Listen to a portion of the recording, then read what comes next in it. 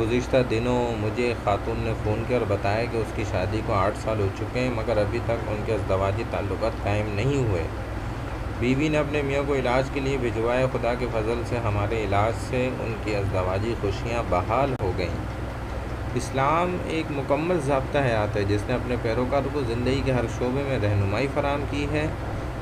جنسی زندگی انسانی زندگی کا اہم ترین پہلو ہے، چنانچہ رب العالمین نے حضرت آدم علیہ السلام کے ساتھ حضرت اماں حوا علیہ السلام کو پیدا فرمایا۔ قرآن مجید میں ارشاد ہے کہ اس نے تمہارے لیے تمہاری ہی جنس سے بیویاں بنائیں تاکہ تم ان کے پاس سکون حاصل کرو۔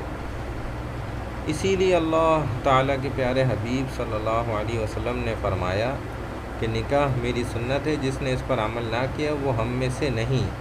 رسول اکرم صلی اللہ علیہ وسلم نے ایک اور جگہ فرمایا کہ اللہ حق بات کہنے سے نہیں شرماتا۔ چنانچہ قرآن مجید میں جنسی زندگی کے اہم اصولوں مثلاً شادی، مباشرت کے طریقے، منی، رحم مادر، حیض، حمل اور اس کے مختلف ادوار، بچے کی پیدائش، زنا اور ہم جنسیت وغیرہ کا ذکر ہے۔ دوسری طرف اللہ تعالیٰ کے نبی کریم صلی اللہ علیہ وسلم نے بھی بڑی تفصیل کے ساتھ جنسی زندگی کے مختلف پہلوؤں پر روشنی ڈالی ہے۔